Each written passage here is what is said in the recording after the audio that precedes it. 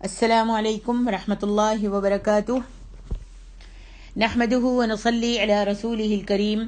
رب اشرح لي صدري ويسر لي امري واحلل عقدة من لساني يفقهوا قولي رب زدنا علما رب زدنا علما۔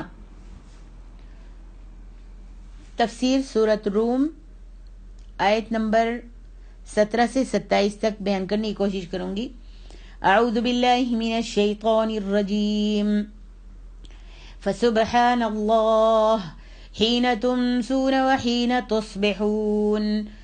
پس تم اللہ کی تسبیح بیان کرو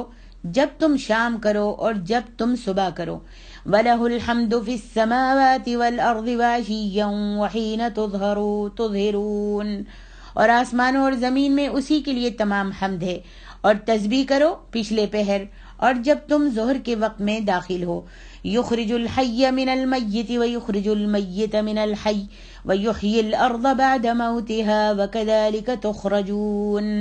وہ زندہ کو مردہ سے نکالتا ہے اور وہی مردہ کو زندہ سے نکالتا ہے، اور وہی زمین کو اس کے مردہ ویران ہونے کے بعد زندہ آباد کرتا ہے، اور اسی طرح تمہیں بھی زمین سے نکالا جائے گا۔ اللہ تبارک و تعالیٰ نے اپنی ذات پاک کی تسبیح بیان فرما کر اپنے بندوں کی رہنمائی فرمائی ہے کہ وہ بھی ایک دوسرے کے پیچھے آنے والے ان اوقات میں اللہ تعالیٰ کی تسبیح و تحمید کریں۔ یہ اوقات بھی اس کے کمال قدرت اور عظمت سلطنت پر دلالت کرتے ہیں۔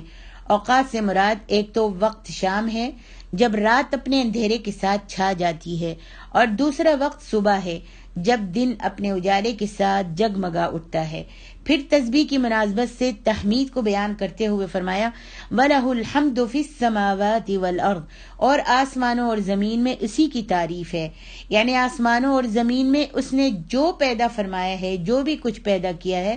اس کی وجہ سے وہ قابل تعریف ہے۔ پھر فرمایا وَعَشِيًّا وَحِينَ تُظْهِرُونَ، اور تیسرے پہر بھی اور جب تم ظہر کرو اس وقت بھی نماز پڑھا کرو۔ عشاء سے مراد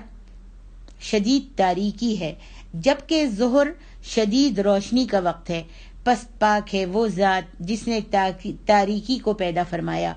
اور روشنی کو بھی،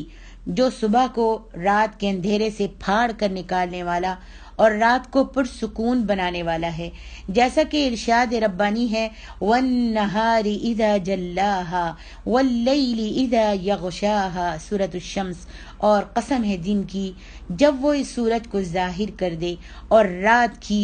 جب وہ اس صورت کو چھپا لے۔ وَاللَّيْلِ إِذَا يَغْشَا وَالنَّهَارِ إِذَا تَجَلَّا سورۃ اللیل، رات کی قسم جب دن کو چھپا لے اور دن کی قسم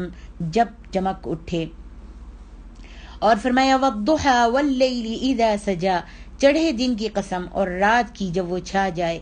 اس مفہوم کی اور بھی بہت سی آیات کریمہ ہیں۔ ارشاد باری تعالیٰ ہے یخرج الحی من المیت ویخرج المیت من الحی، وہی زندہ کو مردے سے نکالتا ہے اور وہی مردے کو زندہ سے نکالتا ہے، زندے کو مردے سے اور مردے کو زندے سے نکالتا ہے، یعنی اسے اس بات پر قدرت حاصل ہے کہ وہ متضاد اشیاء کو پیدا فرماتا ہے۔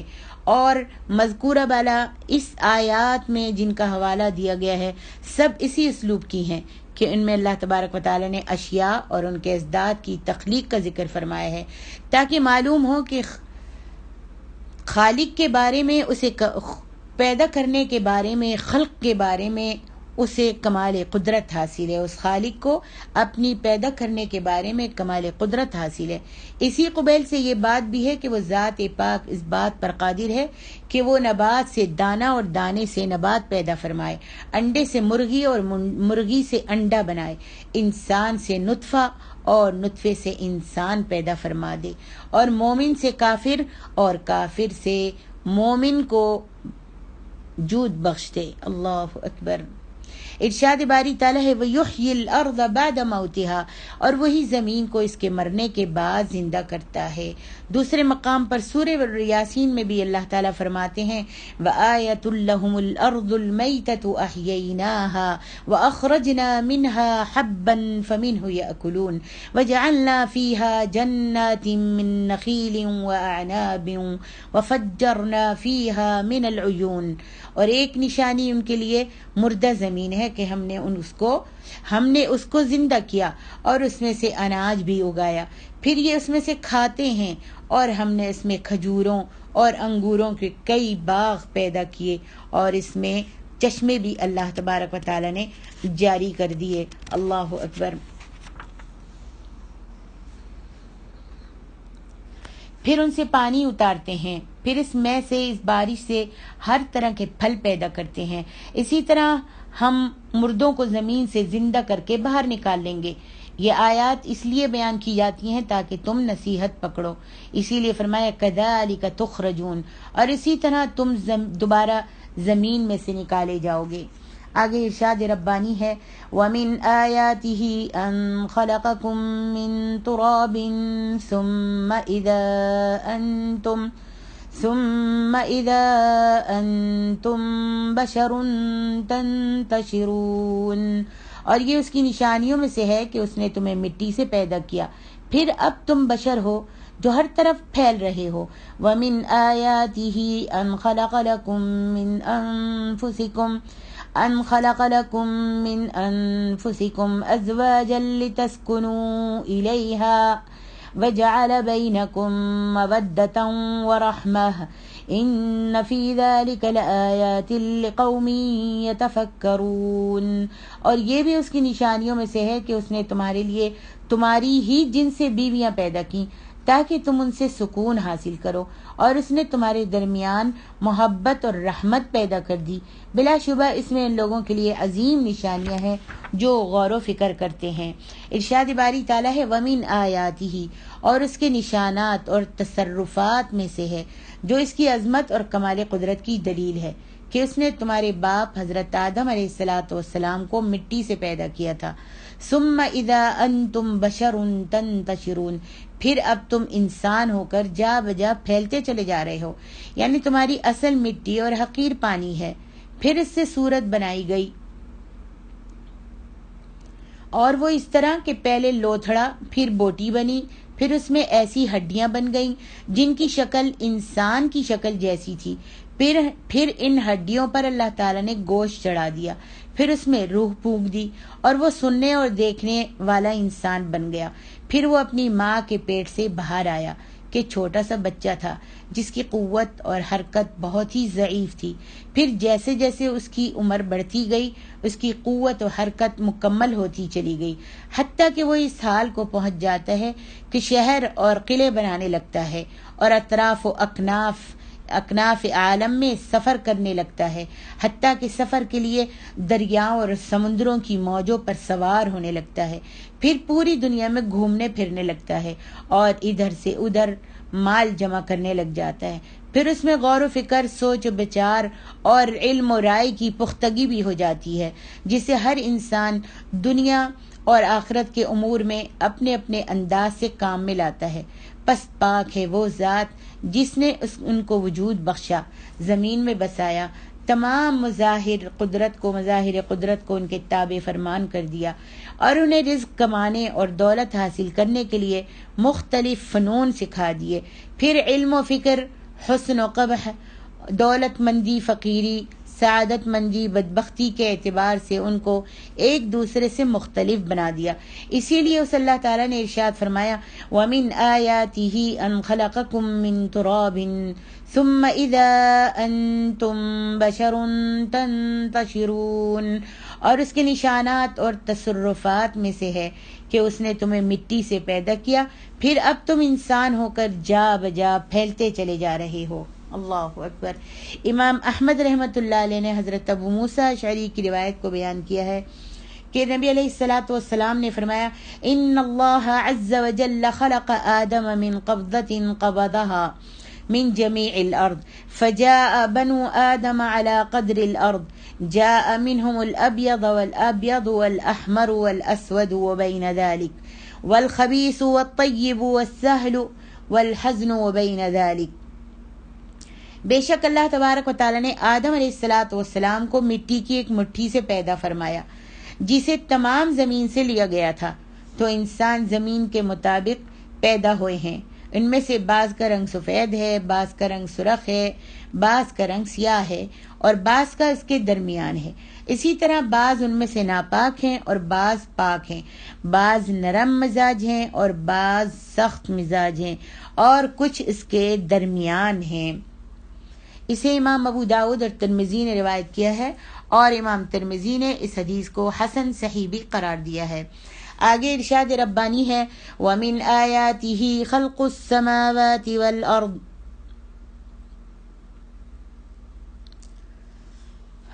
ارشاد باری تعالیٰ ہے وَمِنْ آيَاتِهِ أَنْ خَلَقَ لَكُم مِّنْ أَنفُسِكُمْ أَزْوَاجًا، اور اس کے نشانات اور تصرفات میں سے ہے کہ اس نے تمہارے لیے تم ہی سے بیویاں پیدا کی، یعنی اس نے تمہاری جن سے عورتیں پیدا کی تاکہ وہ تمہاری بیویاں بن جائیں، لِتَسْكُنُوا إِلَيْهَا، تاکہ تم ان کی طرف مائل ہو کر آرام حاصل کرو، جیسا کہ اللہ تبارک و تعالی نے سورۃ الاعراف میں فرمایا هُوَ الَّذِي خَلَقَكُم مِّن نَّفْسٍ وَاحِدَةٍ وَجَعَلَ مِنْهَا زَوْجَهَا لِيَسْكُنَ إِلَيْهَا، وہی اللہ ہی تو ہے، وہی اللہ ہے جس نے تمہیں ایک شخص سے پیدا کیا اور اسی سے اس کی بیوی کو بنایا تاکہ وہ اس سے راحت حاصل کرے۔ اس سے مراد حضرت حوا علیہ السلام ہیں، جنہیں اللہ تبارک و تعالی نے حضرت آدم کی چھوٹی اور بائیں پسلی سے پیدا فرمایا۔ اگر اللہ تعالیٰ سارے انسانوں کو مرد ہی بنا دیتا اور ان کی عورتیں کسی دوسری جنس یعنی مثلا جنوں یا حیوانوں میں سے بنا دیتا تو ان کے اور ان کی بیویوں میں یہ الفت و محبت پیدا نہیں ہو سکتی تھی جو موجودہ صورت میں ہے، بلکہ بیویوں کے غیر جنس سے ہونے کی صورت میں آپس میں نفرت پیدا ہو جاتی۔ تو یہ بھی اللہ تعالیٰ کی انسانوں پر بے حد تو حساب رحمت ہے کہ اس نے ان کی بیویاں ان کی اپنی جنس سے ہی بنائی ہیں، پھر ان میں مودت اور رحمت بھی پیدا فرما دی۔ مودت کے معنی محبت اور رحمت کے معنی شفقت کے ہیں۔ مرد عورت کو اس لیے اپنے پاس رکھتا ہے کہ اسے اس سے محبت ہوتی ہے، یا وہ اسے اس شفقت کی وجہ سے تھامتا ہے کہ اس سے اس کی اولاد پیدا ہوتی ہے، یا اس لیے کہ وہ ضرورت مند ہوتی ہے کہ مرد اس پر خرچ کرے، یا اس لیے کہ دونوں میں باہم الفت کی اولاد پیدا ہوئی ہے، یا اس لیے کہ دونوں میں باہم الفت ہوتی ہے، اسی لیے محبت ہوتی ہے، الفت ہوتی ہے۔ اسی لیے فرمایا ان فی ذلک لآیات لقوم یتفکرون، جو لوگ غور و فکر کرتے ہیں ان کے لیے یقیناً ان باتوں میں بہت سی نشانیاں ہیں، اور جو غور و فکر نہیں کرتے، قرآن پر تدبر نہیں کرتے، اللہ کی آیات پر تدبر نہیں کرتے، اللہ کی معرفت کو نہیں پہچانتے، تو وہ بے وقوف لوگ ہیں۔ عقل مند ہی، عقل والے ہی، سمجھ والے ہی ان آیات پر غور و فکر کرتے ہیں تو ان کو اللہ کی معرفت حاصل ہوتی ہے۔ آگے ارشاد ربانی ہے وَمِنْ آيَاتِهِ خَلْقُ السَّمَاوَاتِ وَالْأَرْضِ وَاخْتِلَافُ أَلْسِنَتِكُمْ وَأَلْوَانِكُمْ إِنَّ فِي ذَلِكَ لَآيَاتٍ لِلْعَالِمِينَ، اور اس کی نشانیوں میں سے آسمانوں اور زمین کی تخلیق اور تمہاری زبانوں اور رنگوں کا اختلاف بھی ہے، بلا شبہ اس میں علم والوں کے لیے عظیم نشانیاں ہیں۔ وَمِنْ آيَاتِهِ مَنَامُكُمْ بِاللَّيْلِ وَالنَّهَارِ وَابْتِغَاؤُكُمْ مِنْ فَضْلِهِ إِنَّ فِي ذَلِكَ لَآيَاتٍ لِقَوْمٍ يَسْمَعُونَ، اور اس کی نشانیوں میں سے ہے تمہارا رات دن اور دن کو سونا اور تمہارا اس کے فضل کو تلاش کرنا، بے شک اس میں ان لوگوں کے لیے عظیم نشانیاں ہیں جو سنتے ہیں۔ ارشاد باری تعالیٰ ہے وَمِنْ آیَاتِهِ،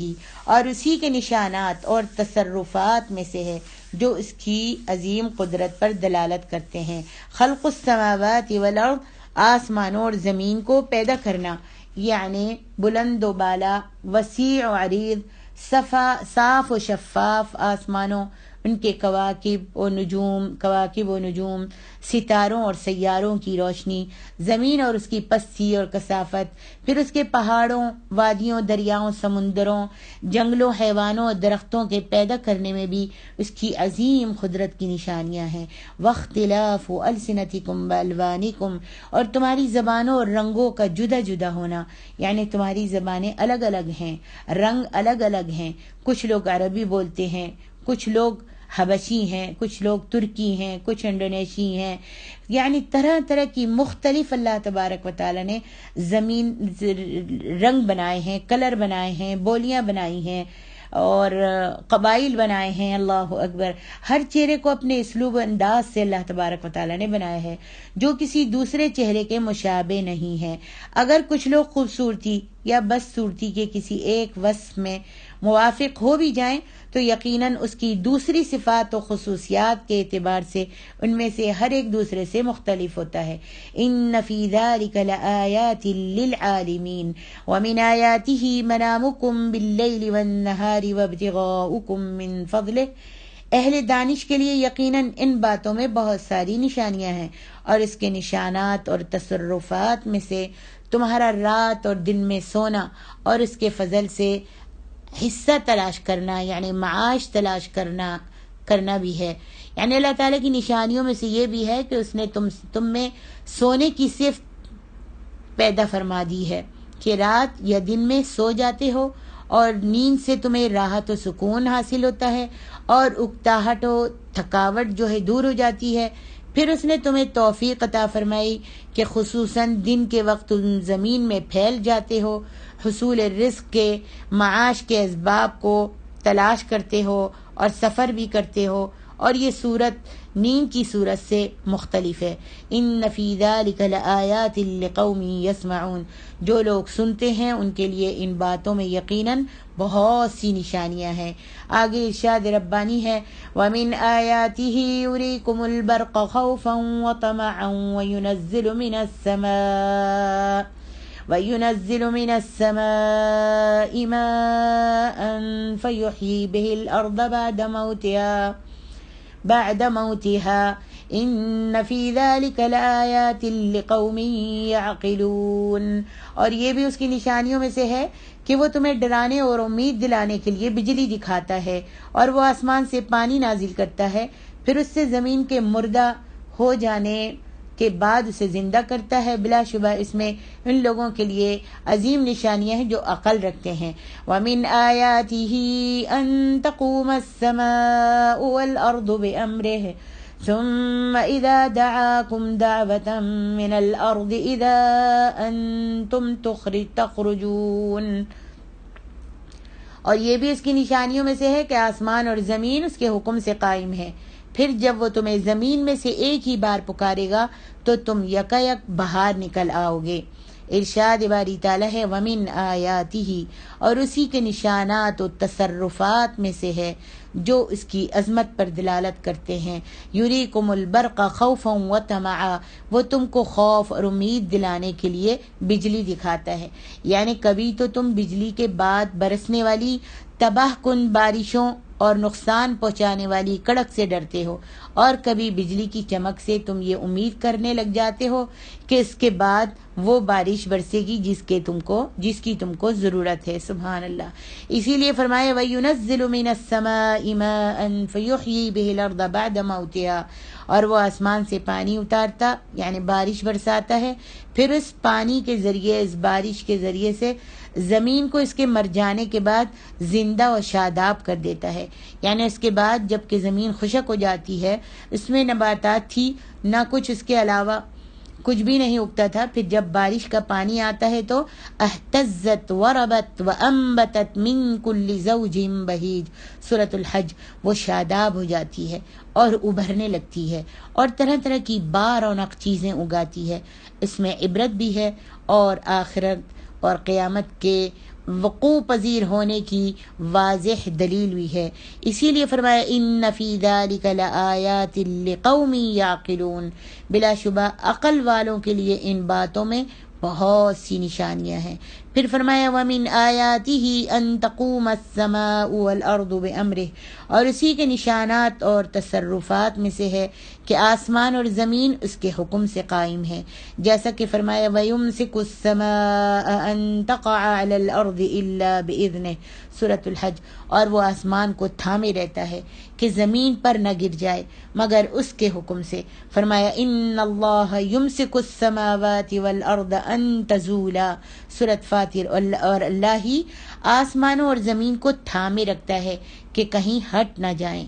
حضرت عمر بن خطاب رضی اللہ عنہ کا معمول تھا کہ آپ جب کوئی پکی قسم کھانا چاہتے تو اس کے لیے یہ الفاظ استعمال کرتے کہ اس ذات پاک کی قسم جس کے حکم سے آسمان اور زمین قائم ہیں، یعنی یہ اسی کے حکم سے قائم اور ثابت ہیں اور اسی نے ان کو مسخر کر رکھا ہے۔ پھر جب قیامت کا دن ہوگا تو زمین کو اور زمین کے ساتھ آسمانوں کو بھی بدل دیا جائے گا، اور اللہ تعالیٰ کے حکم اور اس کے پکارنے سے مردے جو ہیں وہ زندہ ہو کر اپنی قبروں سے نکل آئیں گے۔ اسی لیے ارشاد فرمایا ثم اذا دعاکم دعوة من الارض اذا انتم تخرجون، پھر جب وہ تمہیں زمین میں سے نکلنے کے لیے ایک ہی دفعہ آواز دے گا تو تم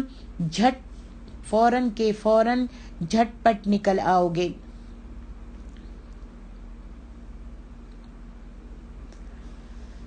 آگے ارشاد ربانی ہے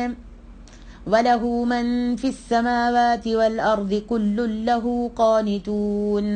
اور آسمانوں اور زمین میں جو کوئی بھی ہے اسی کی ملکیت ہیں، سب اسی کے فرمانبردار ہیں۔ وَهُوَ الَّذِي يَبْدَأُ الْخَلْقَ ثُمَّ يُعِيدُهُ وَهُوَ أَهْوَنُ عَلَيْهِ وَلَهُ الْمَثَلُ الْأَعْلَى فِي السَّمَاوَاتِ وَالْأَرْضِ وَهُوَ الْعَزِيزُ الْحَكِيمُ، اور وہی اللہ ہے جو مخلوق کو پہلی بار پیدا کرتا ہے، پھر وہی اسے لوٹائے گا، اور یہ اس کے لیے زیادہ آسان ہے، اور آسمانوں اور زمین میں اسی کی صفت اعلیٰ ہے، اور وہی نہایت غالب اور خوب حکمت والا ہے۔ ارشاد باری تعالیٰ ہے وَلَهُ مَن فِي السَّمَاوَاتِ وَالْأَرْضِ، اور آسمانوں اور زمین میں جتنے فرشتے اور انسان وغیرہ ہیں سب اسی کی مملوک ہیں، یعنی اس کی ملکیت اور اسی کے غلام ہیں۔ کل لہ قانتون، اور تمام اسی کے فرما بردار ہیں، اس کے سامنے عاجز ہیں، اس کے سامنے عاجز ماندہ ہیں، اور خوشی یا ناخوشی سے ان سب کو اسی اللہ رب العالمین کے سامنے جھکنا ہے اور جھکے ہوئے ہیں۔ ارشاد باری تعالیٰ ہے وَهُوَ الَّذِي يَبْدَأُ الْخَلْقَ ثُمَّ يُعِيدُهُ وَهُوَ أَهْوَنُ عَلَيْهِ، اور وہی تو ہے جو خلقت کو پہلی دفعہ پیدا کرتا ہے پھر اسے لوٹائے گا، اور یہ اس کے لیے بہت ہی آسان ہے۔